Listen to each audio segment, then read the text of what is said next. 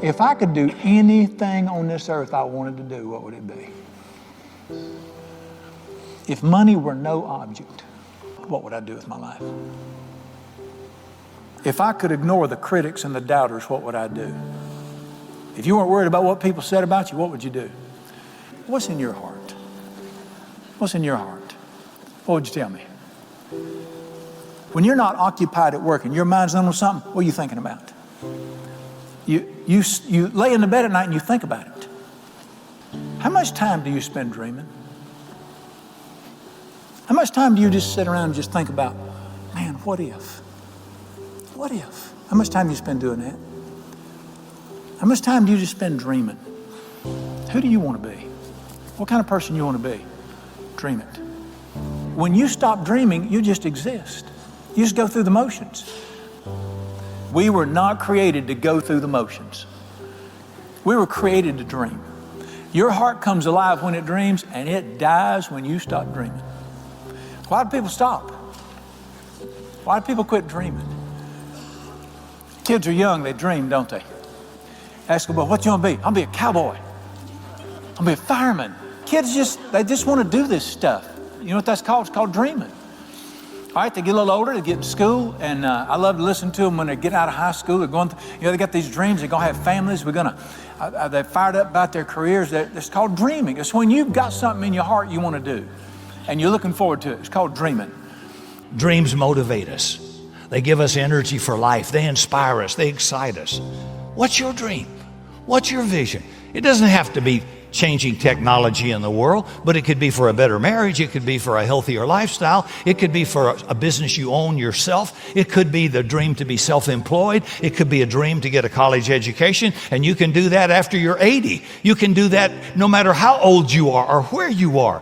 What's the dream? What's the challenge to fight through the difficulties of the day that's driving you? Let me tell you how he works in your life. He plants dreams and desires in people's hearts. You don't hear him with this ear right here. You hear him right here. You ever heard this? He speaks to your heart. Well, you don't hear words in your heart. Dreams come in your heart. And you get to dreaming about this stuff, and then he goes to work to bring them to pass. When your dreams come to pass, that's the sweetest thing in all the world to the heart. Well, who put this in here? All right, learn something about your heart here. Your heart lives on dreams. And when your heart stops dreaming, you die. Listen to this one. Where there is no vision, the people perish. When you lose your vision and you stop dreaming and you stop looking forward out there and you're not excited about the future anymore, you die. Now, you can still eat bread and chicken and walk around and go to work, but you're just a zombie living. And people are losing their dreams. They're losing hope. That's why the heart is so sick among people today. What the scriptures say, lift up your eyes, lift up your head, start dreaming again.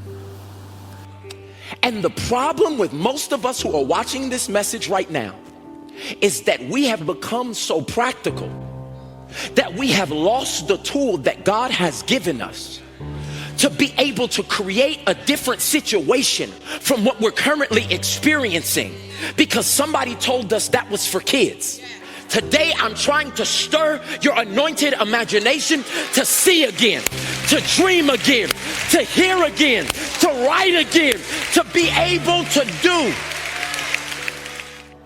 There will always be times your life seems to be inconsistent with the dream God showed you. So you have a choice. You can either reduce your heart to current circumstances or believe your life will eventually catch up with your dream. See, never allow circumstances to change what God told you or what God put in your heart. Time doesn't matter. See, every dream faces the frustration of delay. And it's way better to experience the frustration of delay than to be willing to take the option of a detour. So Habakkuk says, though the vision tarry, wait for it. It will surely come to pass. Delay is not denial. Don't give up just because it's taken a long time. I made a decision a long time ago that believing was my job, but the outcome is his. And too many people won't believe unless they know the outcome. That's not faith. Is anything too hard for the Lord? You tell me what he can't do. Here's how you know it's his dream. If you can do it, it ain't his. It's got to be bigger than what you can do. I mean, it's got to be big. And listen, if it's going to be big, go ahead and go real big. People say, well, the way our nation is right now, our nation, the way it is right now, is crushing dreams. Who is your God? Quit letting this nation tell you how to live. Quit letting the news tell you how to live. Let the Bible fight your dreams for you. And dreams require persistence. We quit too easy. We give up too early. I hear people say, I'm too old, I'm too young. But no matter who you are, no matter where you are, you can dream. You'll make mistakes and you'll give up. Don't let Satan steal your dreams through your mistakes or through your failures. Friends will steal your dreams. How many well-meaning people have I had tell me, now that's a little too big right there? I'm telling you, Satan will get in people's mouths and try to crush your dreams. And you know what you need to do? Just keep right on sailing.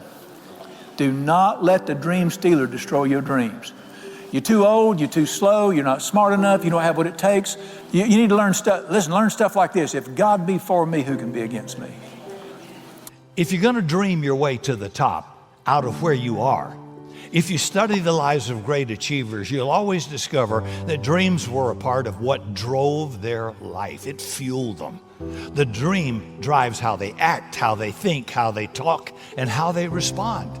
Great achievers always have a dream that drives them. They don't want to stay where they are. They want things to be better. They want things to be different. Now, at the moment, it may just suck, but not in their head. In their head, they're thinking, it will not always be like this. It may be bad for the moment, but it won't be bad forever. I'm going to make the choices. I'm going to take every opportunity to change these circumstances. And over time, you can. Do something every day that can change tomorrow. Just something. Tomorrow's not a day of the week anyway, right? If you want to change tomorrow, it starts with decisions you make today. And you can't wait until tomorrow to change tomorrow. You change tomorrow by changing today. Small decisions made every day lead to a big future. Today's discipline determines tomorrow's success. If you do what you have to do when you have to do it, one day you'll get to do what you want to do when you want to do it. Now listen to me. You only live one life. You get one life. What you going to do with it? Find His plan for your life. All right? You're not too old. It's not too late. Forgetting those things which are behind. Let's reach forward to the things that are out there. And while you're at it, if you're going to go big.